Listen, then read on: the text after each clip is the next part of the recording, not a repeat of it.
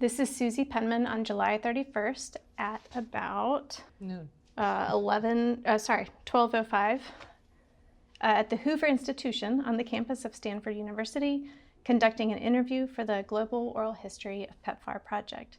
So to begin, can you start off by just introducing yourself, telling us who you are? I'm Condoleezza Rice. I'm the director of the Hoover Institution. I was in the George W. Bush administration National Security Advisor, and then in his second term I was Secretary of State. Thank you. And we'll get right to PEPFAR. Can you tell us a little bit at first by explaining your knowledge about the African continent and specifically about HIV/AIDS on the continent there, even before you joined the campaign? What was your knowledge of the pandemic at that time? Well, I'm a specialist in international politics, and so I was aware of what was going on the African continent. I had been to Africa on an occasion or two, and it seemed to be a continent that was literally dying from this pandemic. And at the time, there was a lot of question about whether anything could be done. So I think I was very much aware that it was a pandemic that was raging, that nobody seemed to be able to do anything about it, and that it had the potential also for tremendous disruption, not just of life for people, but disruption of the international system as you got more violence in places that were experiencing this kind of really horrible situation. And I want to talk about that global security threat, as you've mentioned, but I want to get to something else first. Is President Bush has credited you in his memoir for making Africa a serious part of his administration's foreign policy. Can you tell us about your thinking about the U.S.'s need to better engage with the continent? Well, already in the debates, we had talked to then Governor Bush about the highly indebted countries in places like Africa, principally in Africa, and the fact that because of the huge debt and the problems that they were having with governance, the problems of health that they were having, they really couldn't deliver for their populations. And this was something that President Bush was almost immediately interested in. I have to say I had the help of a woman named Jendai Frazier. Jendai had been my student at Stanford. I didn't know anybody who knew more about Africa than Jendai Frazier. And so when we were getting ready to organize the team for the campaign, Jendai was a member of that team, writing papers, briefing the governor, and he was completely taken with her and with her knowledge of Africa. And she had one line that I think really resonated with him. She said, "We shouldn't be paternalistic about this. This should be partnership." And he repeated that so many times about Africa. As a result, when he became president, he spent a lot of time on Africa, not just on AIDS, but a lot of time with African leaders. He probably saw more African leaders than 5 presidents put together. He spent a lot of time trying to make sure that we were participating in ending some of the civil wars in Africa. So the Colin Powell was very involved in Sudan, and we would be very involved later in Liberia. So he had a sense that this was a continent with a lot of promise, a young continent, and he really did enjoy being with the African leaders. He said that they were struggling, but he was most interested in working with the ones who were really trying to make life better for their people. I'm so glad you mentioned her. One of our team members actually interviewed her 2 days ago in DC. Yeah. So, yeah, she's really the brains behind the whole thing. She had studied Africa. She lived in Africa, and so when we put together the team, she was a big part of it. Yeah. And can you tell us? I just want to get a little bit more at the nature of those conversations that you were having with them.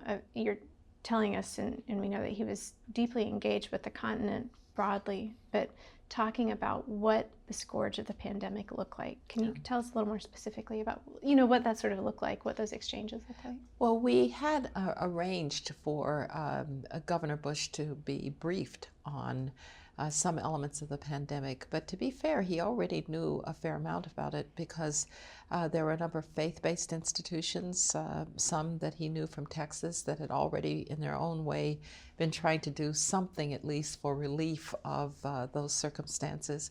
And so the briefings were really terrifying. It talked about a whole continent really losing a generation or 2 generations. I think he, like me, was particularly, found it just extraordinary that mother-to-child transmission was such that it was not giving babies a chance to be born without AIDS. We learned about what was happening with peacekeepers who would go from one conflict to another, and they would take AIDS, the AIDS virus with them. And so it was spreading also. It wasn't just sort of staying confined to one country. It was actually spreading across borders, and possibly from the borders of Africa to the borders of other places. And then, of course, when you have countries that are completely wrecked in that way by global health crises, you always have the possibility of a lot of civil unrest as people just try to deal with it. We were also briefed on the fact that one of the problems in getting people to report that they had AIDS or to test for it for whole populations that wouldn't even allow the testing, because if you're going to learn that it's a death sentence, what good does it do to test? And so I think we went into office with a pretty broad scale picture of what AIDS was doing to the continent, but also with President Bush's commitment to really befriend African leaders, to spend time on their problems. When we would go to the UN General Assembly, which is always at the end of September in New York, the African leaders would line up to see him because they knew that he had this interest in Africa. Mm-hmm. And I know that your faith played a large role in your conviction that global HIV/AIDS needed to be addressed. Can you tell us a little bit more about that, the role that it played?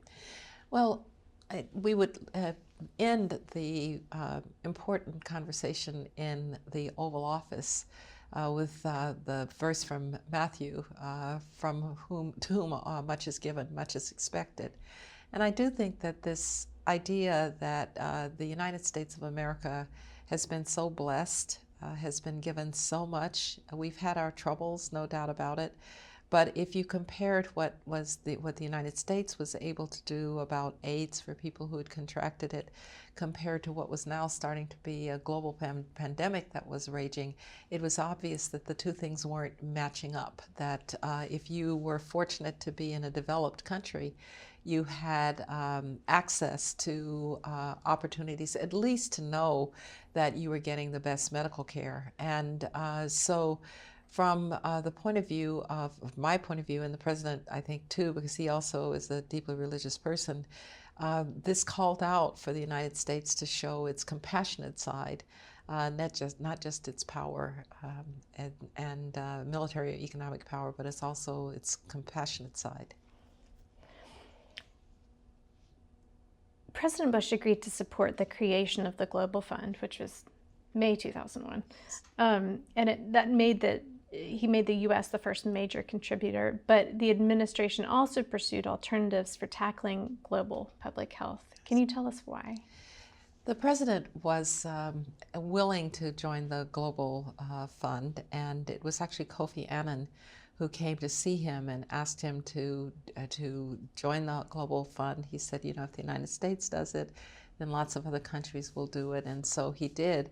But he was always frustrated with how slowly the Global Fund was being funded. He was also frustrated with what he saw as not really a plan or a program to deal with the AIDS crisis. It looked more like you're collecting money to deal with it, but then how was it really going to be deployed? And while he was not the kind of critic of the UN that you sometimes hear, he was a critic of the slow processes of the UN and its ability to actually get things done. And so I knew that this was a frustration for him. And at one point he said, down the road a little bit, you know, maybe we should just lead.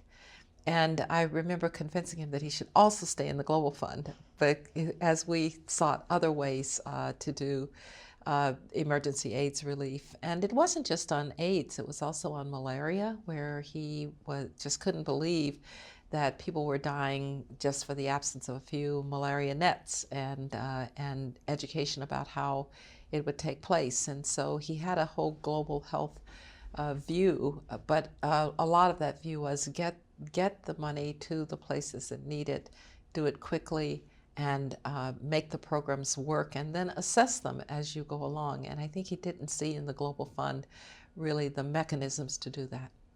Can you talk a little bit more about that moment where he says maybe we should just lead? What were your thoughts? Were you like, great? Yeah, well, it was, my thoughts were, yes, that's fantastic if you want to lead, but what does that mean?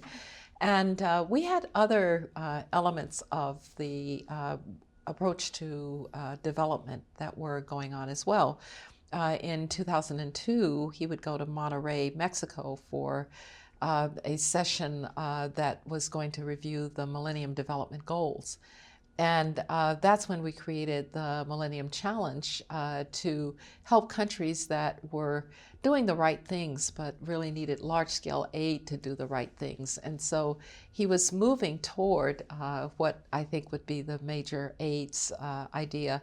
But one of the problems was that we couldn't really see that it was going to cure the disease. And so his earliest briefings back in 2001 from the NIH and the infectious diseases was, well, we don't have a cure for it. And yet they came back a couple of years later when we were ready to think about the actual AIDS program and said, well, we can't cure it, but we can slow the progression of the disease. People can live a long time with it. We can certainly stop mother-to-child transmission. And so it began to feel as if the science was linking up with the desire to do something. And I think that explains a bit the delay between the Global Fund, the Millennium Challenge, and then finally the announcement of the AIDS program. And I want to talk about that announcement because, well, actually, first of all, I want to talk about something leading up to it, which is this moment when you, and you've written about this, when you kind of hear about PEPFAR as it is for the first time, and it's this meeting. It's a small group led by Joshua Bolten in the Oval Office, and you hear the president make the decision to spend $15 billion over 5 years. How did that feel? Well, we had been working on the what PEPFAR might look like, and it was a very small group that worked on it.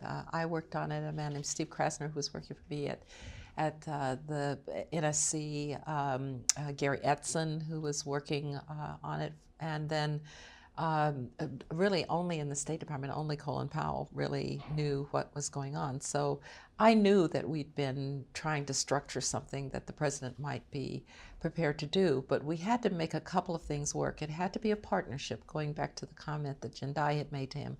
So we had to have countries that were willing to do the hard things and take responsibility. And at the time, there were a couple of those countries that were starting to actually try to get their populations ready to do something about AIDS, because as you can imagine, this had a real stigma in African countries. And so if you got AIDS, you didn't want anybody to know about it. And there were leaders who just wouldn't speak about it. And so one of the things was, could you find partners who were actually going to be able to own up to it, say the hard things, talk about abstinence, work with the village fathers. How were you going to distribute? So we'd worked on a lot of those details. So that final meeting in the Oval Office, where the president had to decide whether or not he was going to do it, but do it with really a budget punch behind it. We all sat around in the Oval Office, and Mike Gerson, who was always very eloquent about these things, talked about the importance of the United States doing this kind of thing. He too was a religious person, and I think that played a major role.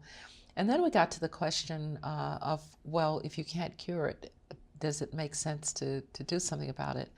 And as I said, we had been told that you can't cure it, you can slow the progression, people can live longer, you can do something about mother-to-child transmission, because if you treat the mother, then the baby won't be born with AIDS.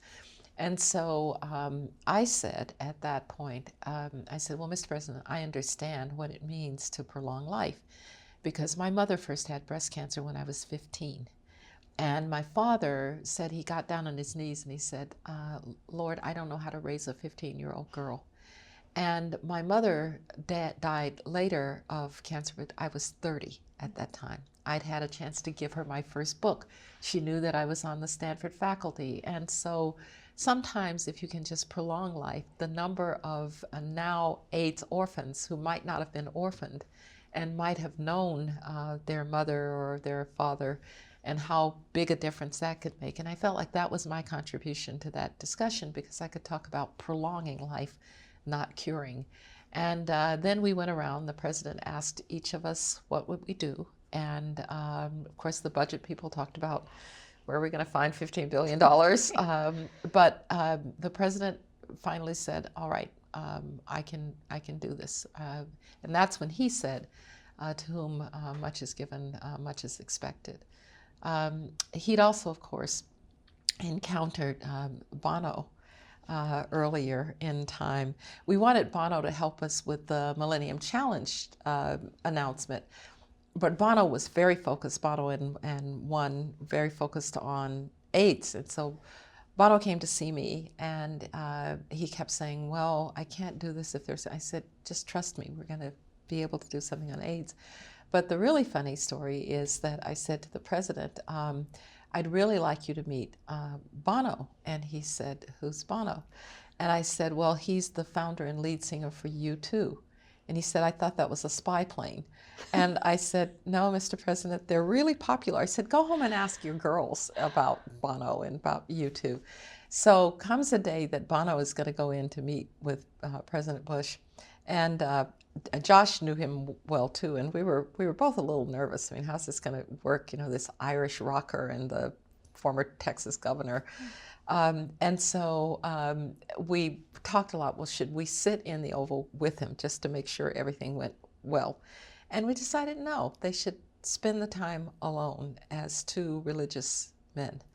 And Bono brought him some books that were some of his favorite scriptures. And we left, and they got along famously, and they're still to this day great friends. So I think he helped to help the president see that it would be a broader effort than just the U.S. And so between finding partners in like Uganda at the time, Museveni was trying to do the right things, and getting a plan for how the antiretrovirals would be delivered, because most of these places didn't have really very good healthcare systems. And really actually saying, okay, you'll have a central system or a central place where they can pick up the antiretrovirals, and by bicycle they'll go out into the bush. But the leaders have to be willing to acknowledge that AIDS exists and that people shouldn't be ashamed to be tested and to find out that they had it. Getting all of those pieces together took a little time, but we finally did, and then in that quite famous address, State of the Union, he talked about the $15 billion program. I have one more question about this meeting before I ask you about the State of the Union, which I want to hear more about. But there's this quote from Mike Gerson, who you've been speaking about. He, at the end of the meeting, said, if we, meaning the United States, can do this and we don't, it will be a source of shame. Yes. So there's this emotional intensity Yes, to that. yes. Can you talk about hearing that, how it made you feel, Yeah. what the feeling in the room was? Well, the whole meeting in the Oval that day was really emotional, because yes, you had to do the green eye shade thing about, $15 billion is a lot of money. We could be spending it on a lot of other things. There were probably people who would have said, well, isn't this AIDS crisis pretty remote from what the United States of America needs to be doing? We'd already been through the 9/11 attacks, and so there was a lot of sense that we had work to do in Afghanistan and so forth, so why were we doing this particular thing? And I think only because it was the emotional appeal did it finally sink in for all of us that it was the right thing to do. That sometimes it might not be intellectually the right thing to do, it might not be in policy terms the right thing to do, but in moral terms, it was the right thing to do. And that was really Mike's point, and that we would all regret it if we didn't do it. And having now lived with the 20 plus years since that, I have to say I think he was absolutely right. If we hadn't done it and this pandemic had continued to rage, none of us would have really been able to look at ourselves in the mirror. let's talk about the State of the Union. And Yes. so this moment when this thing, which had been kept tightly under wraps, Yeah, as I we understand told it, is nobody. announced. Yes. Actually, first of all, I want to know what it was like to not tell anyone, to hold Yeah. that secret, and it's such a big deal Yeah. leading up to it. Well, it's actually not that unusual in a position like mine that there are things you can't talk about. Fair. And so we kept the circle very small. Yeah. And because the president also wanted it to be a moment. He thought that this was a time when the United States was doing something really special, historic. And if it kind of dribs and drabs out, and there's an article in the Washington Post, well, the administration is thinking of doing a program for AIDS relief, and the numbers are probably all wrong, and people start to criticize it before they know it, then you've lost that historical moment. And so from his point of view, this really needed to be his to announce at that particular point in time. So we kept it very, very close. I was nervous up till the moment he walked up on the podium that somehow it was going to leak. But yeah, that was a really big part of it. It had to be a moment in time. And can you talk about what you anticipated the reaction to be after he had announced it? I thought that the reaction after he announced it might even be a little bit mixed, because I was a little worried that people would think, there are all these other things that we need to do. And but I was sitting in the chamber for the announcement, because as National Security Advisor, you sit on the side. Later on as Secretary of State, I'd actually sit right in front as the senior cabinet official. But I remember kind of sitting on the side and just sort of looking around and almost trying to say, who's going to like this, and who's the and when he said it, the reaction was overwhelming. And I just remember thinking, that's my United States of America. There's not a single person in here who's questioning the rightness of doing this. And from then on, it was, there had to be legislation written and so forth and so on. But at that particular moment in time, I was just very, very proud to be an American. So PEPFAR ultimately came to operate within the Department of State's office of the Global AIDS Coordinator. So why that operational location? Can you talk about that? Well, you can't really operate programs out of the White House. It's too small a staff. It doesn't have people abroad. And that's really the State Department. The State Department, of course, has embassies and senior officers and Foreign Service officers all over the globe. They are on the ground, and programs like this, you have to be on the ground. And so State really had the apparatus and the mechanism to do it. But the president didn't want it to just kind of sink into the bureaucracy. So he had talked to Colin about wanting to have a coordinator who really reported directly to him, Colin, and to the president, because he wanted to keep his hands on it, so to speak. So it was probably always going to go back to the State Department, but the really important thing was to make it special within the State Department. And the OGAC coordinator reported directly to the Secretary of State rather than through a deputy. So can you tell us about working briefly with Randall Tobias and then Mark Dybel? Yes. Well, as secretary, because I had been National Security Advisor, so I paid a lot of attention to it, and both were excellent coordinators in that they both had a lot of experience running businesses, running organizations, and also just being the face of the program. Because very often what happens, even with a program this big, is that it sort of falls into the kind of daily work, and it loses its steam, and it loses its coherence, and it loses its identity. And I think both Tobias and Mark Dybel both understood that, and so they just spent a lot of time talking to organizations and giving interviews about it and traveling and making the people see what the program was doing. And that's one reason that I think it has survived for so long, is that it didn't lose its identity. It didn't become just another foreign assistance program. It didn't become just another global health program. It kept its American imprimatur, which I think was very important. It didn't sort of sink into the big global health bucket, but it also coordinated nicely with others who were doing work. One of our real partners in this was Tony Blair and Great Britain, which was really helping to do similar programs. And it also didn't lose its coherence in working with the recipient countries, because it was very clear that you had to hold up your end of the partnership, and you had to build out those healthcare systems that didn't exist, basically. One of the things I'm proudest of is when COVID happened, a number of countries told us that the healthcare infrastructure that they built out for PEPFAR became the way that they dealt with COVID. And so that showed that we'd had staying power. Because one of my personal criticisms of foreign assistance sometimes is you just keep giving the money, but the capacity of the country never improves.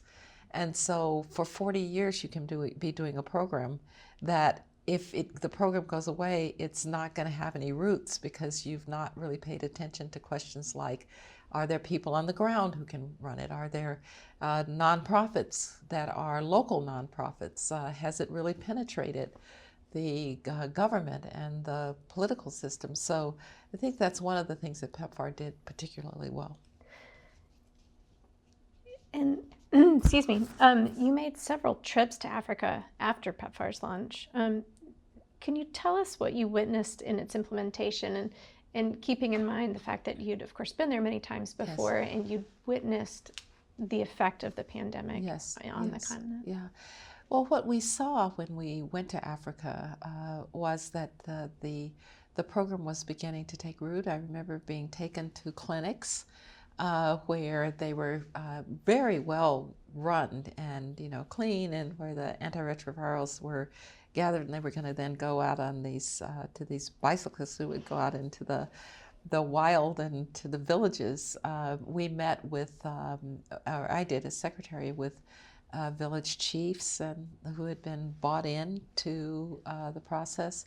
Ellen Johnson Sirleaf, who was president of Liberia, told me that the most important thing that they did was to remember the role of the chiefs and of the tribal chiefs and what people were willing to do. And maybe the president, not our president, but the president of a country would say do this, but if the tribal chief said it, they had the kind of moral authority to get people to do it. So I saw all of that interacting, but probably the one that sticks in my mind most was we went to Uganda, and they had a little course of AIDS orphans who were singing God Bless America. And I thought, I'm so sad that this didn't get here in time to save their parents, but there will be fewer AIDS orphans, and that's something that I think is just very important. Mm-hmm. To what degree, and you've answered this a little bit, but to what degree does PEPFAR reflect the priorities and even the soul, as you put it in the past, of America? I've always said that when I was Secretary of State, I loved going into a room because I had the American military on one shoulder and the American economy on the other. But with something like PEPFAR, I also had an open hand of compassion that showed that great powers are not just great because of their military power or their economic power. They're also great because they have a heart. They're great because they care about people far, far away who have not been given the benefit of what we have in the United States. It's the kind of internationalization of something that's very American. When de Tocqueville came to the United States in 1835, he talked about these voluntary associations of Americans who would get together just to do good. And today we would think of them as Boys and Girls Clubs or Rotaries or American Red Cross. But the great thing about America as it entered the world as a more powerful country, particularly after World War II, was that we weren't content just to have that be Americans helping Americans. We wanted to have America help others in other countries who also needed that kind of intervention to deal with everything from women's rights to global health to education. And so in that sense, PEPFAR was very much in that tradition. It was in the tradition of the Peace Corps, for instance, or before that, the Marshall Plan, where America's greatness didn't just come from traditional instruments of great power, but rather from this willingness to be compassionate as well. And so many faith-based institutions took up the call to be a part of this. And it wasn't the only one, also the human trafficking, the modern slavery that President Bush started working very hard on. So we have in the United States this wonderful tradition of people of faith, but not all people, not everyone has to be a person of faith, but people of faith have particularly been called to be a part of the compassionate hand that America offers. And you'd mentioned global security earlier, and I want to talk a little bit more about that, about the role that PEPFAR has played in global security, especially keeping in mind 9/11 and Yes. this time period where all of this is happening. Yes. Well, so much of what the terrorists were offering, so to speak, was meaning for a lot of young, misguided people. And President Bush always said, we can't beat something with nothing. We've got to remind people what true fulfillment looks like, not blowing yourself up and becoming a martyr, but rather, and killing a lot of people in the meantime. But it's that you can be a part of something that's greater than yourself, in the same way that appealed to poor, misguided young men who wanted something greater than themselves. And so the other part of the Bush doctrine, which was about fighting terrorism, was to have a positive vision as well. And that positive vision was about democracy, and that positive vision was about global health, and it was about education, and it was about helping countries to deliver that for their people. Because we wanted very much countries that could be stable, and hopefully both stable and democratic, because unstable authoritarian regimes that don't benefit their people are kind of dangerous. Those are the ones that hire child soldiers, and those are the ones that support terrorists and harbor terrorists, and those are the ones that attack their neighbors. And so I think this was a part of a broader vision of a more peaceful world built on stability and actually delivering for people, rather than territorial conquest or ideological conquest. And how did, when 9/11 happened, how did the events of 9/11 shape the administration's plans to invest in AIDS prevention and treatment? Yeah. Well, it didn't stop us from doing it. And in fact, I think that because we had this idea that some of the root causes of what would cause people to do the sorts of things that they did on 9/11, the jihadists and what they would do, was that these awful, evil leaders, like Osama bin Laden or today Hamas or whatever, that they would appeal to these young men in radical mosques and in radical madrasas, that their lives would, their miserable existences would have meaning by giving over to the terrorist cause. And the antidote to that wasn't just saying, don't be terrorist. The antidote was, there's a better way to have a life of meaning. And if you could educate people, and if you could make them healthier, and particularly if you could empower women. Remember that a lot of the AIDS crisis was affecting women, because their partners would have AIDS and they would transmit it to the women, and then the women would unfortunately transmit it to their children. And so it was also a larger part of empowering women, who, one thing about women is they have brothers, and they have fathers, and they have sons, and they don't want them to be blown up in some terrorist event, and they don't want them to go off and to war. So appealing to the mothers and to women was also a part of the broader concept that supported PEPFAR. Mm-hmm. And how did that develop over time? Yeah, it developed pretty quickly because even before 9/11, the president had been interested in development issues. He shocked everybody in the second debate when he said that the United States was going to forgive the debt of the most highly indebted countries. And I remember there was a headline someplace that the UN and George W. Bush favor in relieving indebtedness. So he was always interested in those issues. And I think the people he'd known in Austin in the faith-based community had also and he was himself a member of a church that was very active with an international agenda as well. So it was almost a kind of natural progression that when we were looking for what is the other face, if defense and going after the terrorist was one face of our policy, what was the other face of it? And development and democracy became that. We did a national security. There was a process by which every administration every year had to deliver a national security strategy. And I had been on the receiving end of that when I was a young staffer for George H.W. Bush. And it was a kind of slap it together, cut and paste affair where you asked everybody, what's your view of the national security strategy? And they said, pasted it together and sent it to the Congress. And so after 9/11, we felt that we really were now facing a tremendous reset in the way that we thought about the world. We thought about security as mostly external. We hadn't been attacked on our territory since the War of 1812 because Pearl Harbor had been on a defense base in Hawaii, which at the time wasn't even a state. So what did this mean now for the United States? How were we reshaping who we were and what we would do as a result of what happened? And so the National Security Strategy of 2002 was a very different document, very much top-down.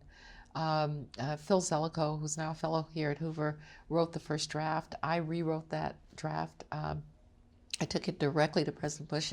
We didn't go through a large interagency process for it. Took it directly to President Bush. He said, you're such an academic, the boys in Texas will never understand this. Can we write this in some way that I might understand it? He said. So we went back to the drawing board and we wrote it again. But its core element was that the American national security strategy would be about defense, democracy, and development. And that became the kind of lodestar for the administration going forward. PEPFAR's reauthorization in 2007 might seem like a given now, hindsight is 2020. And but was it? That was when President Bush, he'd called for a doubling of funds, which of course made it $30 billion. Yes. Can you talk about your own feelings leading up to that reauthorization? Well, when the reauthorization came about, I was now secretary, of course, and I obviously favored the reauthorization, but I was a little bit worried. Now I had a budget to worry about myself. And I remember talking to Steve Hadley about the doubling, and I said, should we really double this, or maybe we should? But it was clear the president wanted to double it. And so it became my job then just to make sure that we'd done, for the reauthorization, all the assessment of PEPFAR, because the embassies, basically the ambassadors in those countries, were sort of in charge of them, in charge of the programs. And so we went out to the embassies, or to the ambassadors, and asked for their assessment of the program. Where would it need to be changed? What was it achieving? It had already started to clearly save lives, particularly on the mother-to-child piece. But my job at that point was less kind of moral support and more kind of, okay, can we get the numbers so that we can really show the Congress that this is worth reauthorization? I don't remember it as being hard to do, but I do remember it as having gone through a pretty detailed look at where the programs had been. Yeah. We've got a A couple more minutes Okay. left, so we'll get to some concluding questions. Yes. You've spoken in past years about the importance of PEPFAR. Can you tell us why PEPFAR's work is so crucial, not to this country, but not just to this country, rather, but to the whole world? And I know we've touched upon some of these issues. Well, it's important to us, as I said, because great powers aren't known for their compassion, and the United States has been known for its compassion. It's important to the rest of the world because we're talking about places that are demographically young and where you don't want to prematurely lose whole generations. And the 25 million lives that have been saved, not to mention the ones that never got it because of mother-to-child transmission. That is a population that will hopefully now be educated and will go on to improve the conditions in their countries. I do think PEPFAR has tremendously helped with the healthcare infrastructure for a lot of countries, and that's something that shouldn't be underestimated. If I had to think about a next phase, though, for PEPFAR, it would be that we start to see that some of these countries are really capable of running this, and that they too are now really contributing. One of the things about the Millennium Challenge was that it really required buy-in from the countries. And I think that was true in the early stages of PEPFAR, but as foreign assistance programs age, the countries can start to take them for granted. Of course, we're just going to get that grant from the United States. And since there have been some questions about whether PEPFAR was going to be reauthorized in the cuts that have been coming in foreign assistance, I've been saying to people this is a time to step back and see what's been achieved, how it's been achieved, what the United States needs to continue to do, and what the countries themselves need to start to accept responsibility for. Mm-hmm. Reflecting on your work with PEPFAR, what does it mean to you? I often say that PEPFAR is the single most important thing I think we did and in the administration, and I'm just grateful to have been a part of it. I think it will live on as something that was, as the President said, an historical moment when the United States stepped up to meet a need that nobody else was really able or willing to fulfill that need.